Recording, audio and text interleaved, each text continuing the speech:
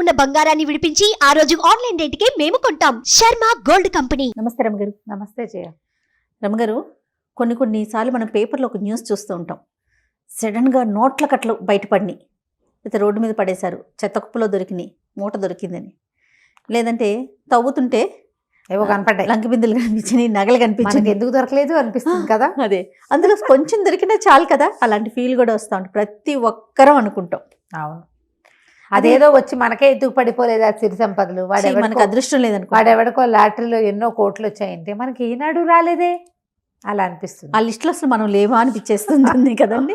అవును, అలాగే అనిపిస్తుంది జయ. అవేమైనా వచ్చాక రాబోయేది ఏమిటో మనకు అసలు తెలియదు, ఊహించుకోలేము. మనకు అది అర్థం కాదు. వచ్చి మన మీద పడిపోలేదనిపిస్తుంది. అవునవును, పడిపోయాక మనకేమొస్తుంది అనేది వచ్చేసాక దాన్ని కాలం గడిస్తే కానీ తెలీదు. ఒక్కోసారి మంచిదే అవ్వచ్చు, కానీ ప్రతిసారి మంచిది అవ్వాలని లేదు. అంతే అంతే కదా. ఒక చందమామ కథ ఒకటి ఉంది జయ, చెప్పండి. భలే ఇంట్రెస్టింగ్గా ఉంది. కుంభకవనం అని ఒక అడవి ఉండేదట. బాగుంది. కుంభకవనం తన పేరు. ఆ కుంభకవనంలో జనాలు వీళ్ళు తిరుగుతూ ఉండేవారు. అడవి చుట్టుపక్కలన్నీ చిన్న చిన్న గ్రామాలు. అడవిలో కూడా కొన్ని కుటుంబాల వాళ్ళు ఉన్నవి కూడా కొంచెం కనపడుతుండేవి. అయితే ఈ కుంభకవనంలో కుంభకుడని ఒక రాక్షసుడని, అతను అక్కడే ఎక్కడో భూగర్భంలో ఎక్కడో ఇల్లు కట్టుకుని ఉంటాడని చెప్పేవాళ్ళు. అతన్ని ఎవరు పెద్దగా చూసింది లేదు. ఆ వనం అతందని చెప్పేవాళ్ళు. ఆ అడవి ఎప్పుడైనా ఒక్కొక్కళ్ళకి ఏదో ఒక రూపంలో కనపడేవాడని, వాళ్ళకి మామూలు కట్టలు కొట్టడానికి వెళ్ళిన వాళ్ళకి చందనం చెక్కలు దొరకటం, తేనెటీగలు ఒక్క తేనె కాస్త తేనె కోసం పట్టుతేనె కోసం వెళ్తే 25-30 తేనె పట్టలు దొరికేసేయటం, కట్టెలు కొట్టుకోవడానికి వెళ్తే వాళ్ళకి మంచి అద్భుతమైనవి వనమూలికలు లాంటివి దొరకటం, ఒక మూలిక కోసం వెళ్తే అన్ని మూలికలు ఒకే చోట దొరకటం, అట్లా లాభం కనపడేదని చెప్పేవాళ్ళు. ఈ కుంభకుడు అప్పుడప్పుడు మానవ రూపంలో ఎవరికైనా కనపడతాడని, అతను కనపడ్డప్పుడు వీళ్ళకి భలే లాభం చేకూరుతుందని కూడా చెప్పుకునేవాళ్ళు. వాడు ఏం చేయడు, అతనికి మనుషులు మంచి వాళ్ళైతే వాళ్ళకి సహాయం చేస్తాడని, బహుమతులు ఇస్తాడు కుంభకుడు అని నమ్మేవారు, శాంటా క్లాస్ లాగా. కానీ అలా జరిగిన దాఖలాలు లేవు, కానీ ఆ మాటలు మాత్రం ఉండేవి. అయితే ఈ అడవిలో కర్దముడు అని ఒక కుర్రాడు ఉండేవాడు. ఇతనికి రేవతి అని భార్య, ఒక 2 ఏళ్ల పిల్లవాడు గోపాలుడు అని ఒక పిల్లాడు ఉండేవాడు. ఈ ఒక 25 ఏళ్ల వాడు ఈ కర్దముడు. యాక్టివ్గా ఉండేవాడు. ఏదో అడవిలోకి వెళ్ళి అవి ఇవి తెచ్చుకుని పుట్టతేనె అవి తెచ్చేవాడు, ఊళ్ళోకి వెళ్ళి అమ్మేవాడు, కట్టెలు కొట్టుకొచ్చేవాడు. రెక్కాడితే కానీ డొక్కాడదు. చంటి పిల్లాడు ఉన్నాడు కాబట్టి భార్య ఇంటి దగ్గరే చక్క పెట్టుకునేది, చుట్టూ తవ్వునవి పుల్లలు అవి ఏరుకొచ్చుకుని పొయ్యి వెలిగించుకోవటం, భర్త తను కులాసాగా ఉండేవాళ్ళు. చిన్నపిల్లలు ఆ వయసు 25-30 ఏళ్ల వాళ్ళకి పెద్దగా విశేషాలు ఏమక్కర్ల, సరదాగా సంతోషంగా ఉండడానికి చాలా వెసులుబాట్లు అక్కర్ల వాళ్ళకి. వాళ్ళకి తినడానికి ఇద్దరు కులాసాగా కాలక్షేపానికి ఉంటే చాలు. వయసు పెరిగే కొందుకే కదా మనకు ఆశలు పెరుగుతాయి. ఈ 25 ఏళ్ల వాళ్ళకి ఏముంటుంది, కాయ కసురు ఏం తిన్నా అరుగుతుంది ముందు. అయితే ఒకనాడు ఏమైందంటే ఈ కర్దముడు అడవిలోకి వెళ్ళాడు. ఈ కుంభకుడు గురించిన మాటలు ఈ అడవిలో ఆ అమ్మాయి వింటూనే ఉండేది. ఒక ముసలాయన వచ్చాడు. ఆ సమయానికి ఈ అమ్మాయి పొయ్యి వెలిగించుకుంటుంది. పొయ్యి వెలిగించుకుంటుంటే ఆ పొయ్యిలో ఊదుతూ నిప్పులు ఎర్రగా మెరుస్తుంటే, ఈ నిప్పంతా బంగారం అయిపోతే ఎంత బాగుంటుంది. బంగారం దొరకదే, అడవిలో వాళ్ళకి బంగారం దొరికింది, వీళ్ళకి వెండి దొరికింది, వాళ్ళకి గంధం దొరికింది అంటారు. మనకి ఏనాడు దొరకలేదు ఏంటి? పాపం కర్దముడు ఎంతో మంచివాడు కదా, అయినా కూడా మనకి ఎందుకు దొరకలేదు? ఇలా ఆలోచించుకుంటుంది. చలికాలం. ఈ అమ్మాయి పొయ్యి నిప్పులు వెలిగించుకుని ఆ నిప్పుల దగ్గర పొయ్యి సగన కూర్చుంటే రాత్రులు చలి కాగటానికి వీలుగా ఉంటుందని పెద్ద పొయ్యి వెలిగించింది. ఒక ముసలాయన వచ్చాడు అదే సమయానికి. వచ్చి అమ్మ చాలా చలిగా ఉంది, ఏదన్నా వెచ్చగా ఉందా అన్నాడు. పొయ్యి వెలిగించాను తాత, నిప్పు సెగను కూర్చుందు కానీ లోపలగా ముసలాయన్ని పిలిచింది.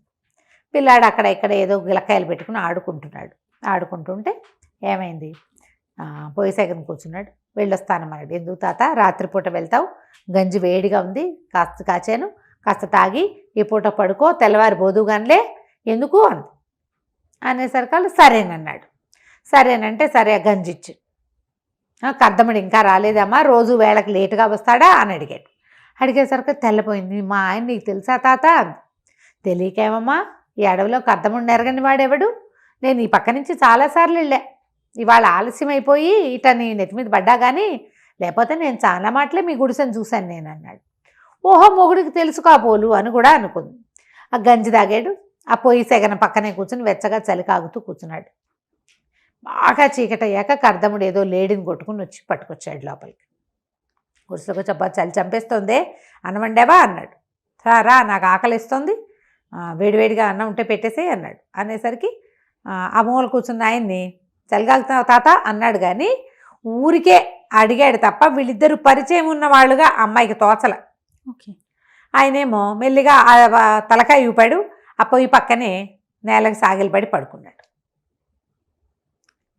మెల్లిగా గురక పెట్టేస్తున్నాడు. వీళ్ళిద్దరూ ఫ్రెండ్లీగా లేరు. ఒకళ్ళనొకళ్ళు ఎరిగిన వాళ్ళుగా కూడా అనిపించాల.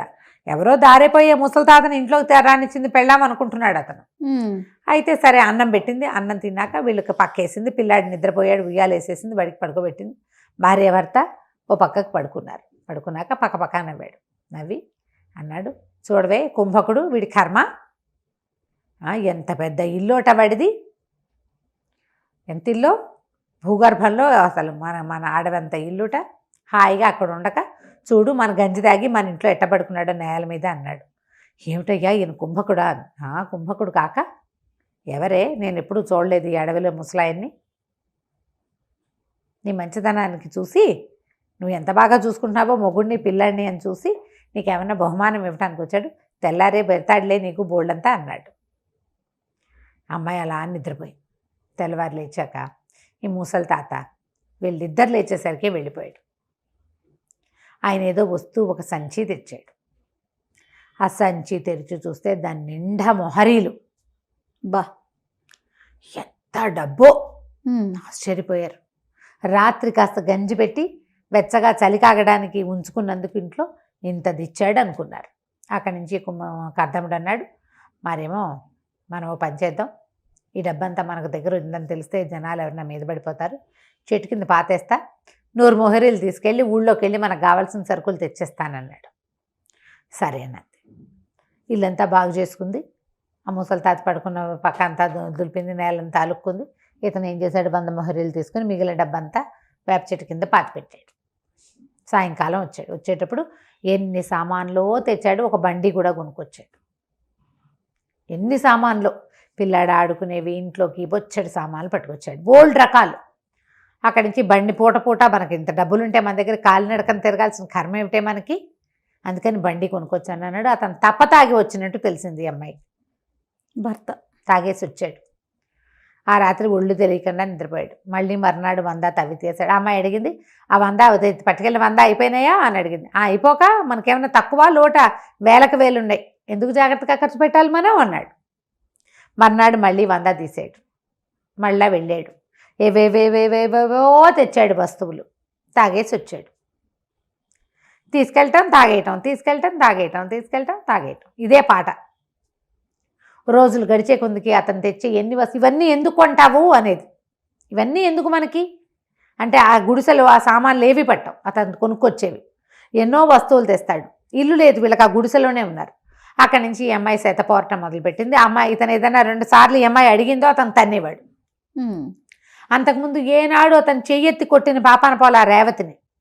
ఇప్పుడు కర్దముడు ఎంతసేపు భార్యను కొట్టడమే. అమ్మాయి నిలదీస్తుంది, ఎందుకు చేస్తావు ఇట్లా, ఈ తాగొస్తావేమిటి, సుఖం లేదు, సంతోషం లేదు, డబ్బులు వచ్చాయన్న ఆనందం లేదు, నువ్వు ఎందుకు ఇవన్నీ తెస్తావు, ఈ వస్తువులన్నీ ఎందుకు, ఇల్లు వాకిలి ఏర్పరచుకోవాలి, నేను ఎన్ని ఊహించాను, పెద్ద ఇల్లు కట్టుకోవాలి, శుభ్రంగా వ్యవసాయం చేసుకోవాలి, 10 మందికి పని ఇవ్వాలి, 10 మంది పాలేళ్ళు ఉండాలి, 4 గొడ్లు ఉండాలి, పిల్లా పాపతో తొలుతూగాలనుకుంటే నువ్వు తప్పదాగటమే కనపడుతుంది, వస్తువులు కొనుక్కొస్తావు, ఇందులో ఒకటి రక్తికి రంగానికి వచ్చే వస్తువు లేదు, ఈ సామాన్లన్నీ ఎందుకు చేస్తావు ఇవన్నీ అని ఓ అరిచి కేకలు పెట్టింది. కేకలు పెడితే ఏమన్నాడు, సరే ఇల్లే కదా అంటే ఏమంది, ఇల్లు నేను కట్టించుకుంటా, 400 వరహాలు 300 వరహాలు తీసి నాకు ఇవ్వు, పని వాళ్ళని పెట్టుకుని నేను ఇల్లు నాకు కావాల్సినట్టు కట్టించుకుంటా అంటే నీ బొంద నీకేం తెలుసు, నువ్వు ఇంత పీతవ ఒక చిన్న ఇల్లు కడతావు, నేనైతేనా అని చెప్పేసి మళ్ళీ బోళ్ళంత డబ్బు తవ్వి తీసి ఎక్కడెక్కడి నుంచో పని వాళ్ళని రప్పించి పెద్ద ఇల్లు కట్టించడం మొదలుపెట్టాడు. ఆ ఇంటి పని ఇప్పటికీ అవ్వదు, ఈ తవ్వుడు మాత్రం అలాగే ఉంది, తీస్తుండా వేస్తుండా, తీస్తుండా పోస్తుండా. ఈ అమ్మాయికి డబ్బంతా అయిపోతుందని తెలిసిపోయింది. ప్రతిరోజు తీస్తూ ఉంటే లెక్క పత్రం లేకుండా తీస్తే ఎలా ఉంటాయి డబ్బులు? అంతేగా. డబ్బులు అయిపోతున్నాయి అనిపించింది. ఇంతలో ఏమైంది, ఒకనాడు ఇతను ఈ ఊరు వెళ్ళినప్పుడు టౌన్లోకి వెళ్ళేవాడు కదా, నగరంలోకి వెళ్ళినప్పుడు జూదం ఆడడానికి వెళ్ళటం మొదలుపెట్టాడు. తాగుడుతో పాటు జూదం కూడా. దురభ్యాసాలు అలాగే కదా మొదలవుతాయి, ఒకదాని నుంచి ఇంకొకటి. డబ్బుతోటి దురభ్యాసాలు మొదలవుతాయి. దురభ్యాసం నెంబర్ 1 స్టార్ట్ అయిందంటే 2, 3, 4, 5, 6, 7, 8 ఆటోమేటిక్గా వెళ్ళిపోతాయి. మనం చూస్తున్నాం కదా మనుషుల్ని, అట్లాంటి వాళ్ళని. అక్కడి నుంచి జూదశాలలో ఏదో మాట వచ్చి నా దగ్గర ఏం తక్కువ ఉన్నారు, చెట్టు కింద తవ్వితే కావాల్సినంత అన్నాడు, చెప్పేశాడు. అనగానే ఆ నోట ఈ నోట నగరంలో రాజుగారి చౌతి దగ్గరికి వెళ్ళింది. నగరాధికారులు వచ్చారు. నీకేదో దొరికింది పాతు, నేలలో దొరికిన పాతు రాజుది, నువ్వు వాడుకోవడానికి వీల్లేదు, తిగి నువ్వు ఎక్కడి నుంచి తవ్వి తీసుకొస్తావో అది తవ్వి చూపించమన్నారు. నేనెందుకు తవ్వుతా, అదంతా నా స్వార్జితం, నేను ఇవ్వనన్నాడు. వాళ్ళు ఊరుకోకుండా బల్లెం పెట్టి ఒక పోటు పొడిచారు.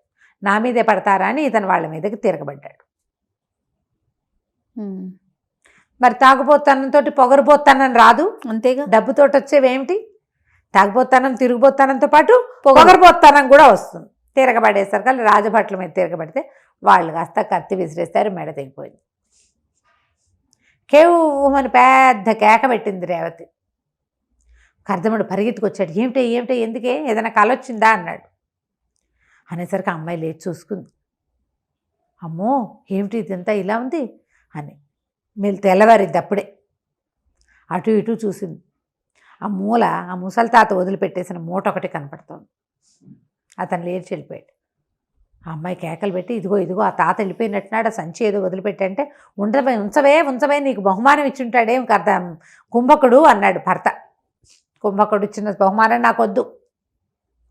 మనకి ఏది ఉందో అదే, మనకి ఏది దొరకాలనుందో ఏది లభించాలనుందో అదే లభిస్తుంది తప్ప ఆయన ఎవరో వదిలిపెట్టిన సంచి నాకొద్దు. కేకలు వెయ్యి, ముందు ఈ సంచి ఇచ్చేసేయి అని చెప్పేసి గట్టిగా కేకలు పెట్టింది. వీళ్ళిద్దరికీ మంచి సయోధ్య ఉంది. ఆ అమ్మాయి ఇచ్చేమంది కాబట్టి ఇచ్చేసాడు. అదే చేతి నిండా డబ్బు వచ్చి అహంకారము, పొగరుబోత్తనము, తర్వాత దానివల్ల వచ్చిన తాగుబోత్తనాలు వస్తే భార్య మాట వినేవాడు కాదు అతను. అవును, సంపాదనలు ఎక్కువ లేనప్పుడు భార్యాభర్తలకి సయోధ్యలు ఎక్కువ ఉంటాయి. మీరు గమనించండి, ఆలోచించండి. ఇలా ఉంటుంది. దాంతో భార్య వద్దంటుంది కదా, అందులో ఏమున్నా సరే మనకొద్దు, ఆయన సంచి ఆయనకి ఇచ్చి పంపించేసి అక్కడి నుంచి ఆ సంచి పుచ్చుకుని కేకలు పెట్టాడు. ఓ తాత ఆగా అని కేకలు పెట్టి ఆ సంచి పట్టుకెళ్ళి ఆయన చేతిలో పెట్టాడు. అబ్బే ఇందులో ఏమీ లేదురా నాయన అన్నాడు. ఏమీ లేకపోయినా నీ సంచి నువ్వు పట్టుకెళ్ళు, వేరే వాళ్ళ వస్తువు మా ఇంట్లోకి రావడానికే వీల్లేదు, మా ఆవిడ ఒప్పుకోదు అని చెప్పి పంపించేశాడు. అక్కడి నుంచి వెనక్కి నవ్వుకుంటూ వచ్చాడు. ఏమిటే భయం వేసిందా, నీకేమైనా పీడకలు వచ్చిందంటే అమ్మాయి ఏం చెప్తుంటే వేడివేడి గంజి కాచి భర్తకి గిన్నెలో పోసి ఇచ్చింది. ఇతరుల సొమ్ము పరుల సొమ్ము పాము వంటిది. కష్టపడి సంపాదించుకుంటే మనం జాగ్రత్తగా వాడుకుంటాం. ఉచితార్థం వచ్చి పడిపోయింది వచ్చిందంటే ఎన్ని వస్తాయో ఉచితార్థం మన మీద. అంతేగా, మనకు అది ఎప్పటికీ వద్దు. హాయిగా ఉందాం, నువ్వు నేను పిల్లాడు, కలిగితే ఇంకో 2-3 పిల్లలు కలుగుతారు. అడవిని నమ్ముకుని బతుకుతున్నాం, హాయిగా ఇలాగే అడవి తల్లి పిల్లల్లాగా బతుకుదామని చెప్పేసి. సిరి సంపదలు ఎక్కడి నుంచైనా వచ్చి పడితే వాటి వల్ల ఎన్ని రావచ్చో ఈ కథలో కనపడతాయి. అంతే, మనం ఫ్యూచర్ ఆలోచించలేం. మీకు ఈజీ మనీ, ఫ్రీ మనీ వచ్చిన వాళ్ళ ప్రవర్తనలు ఎలా ఉంటాయో మీ చుట్టుపక్కల గమనించండి. ప్రతి ఒక్కరికి అనుభవం ఉంటుంది. రైట్. ఈజీగా డబ్బు వచ్చేసిన వాళ్ళు ఎలా మారిపోయారో మీకు కనపడుతుంది. కష్టపడి సంపాదించుకున్న వాళ్ళ పద్ధతులు వేరేగా ఉంటాయి. అంతే. రైట్ రమ్మ గారు, చాలా బాగుంది. నమస్తే అండి. నమస్తే.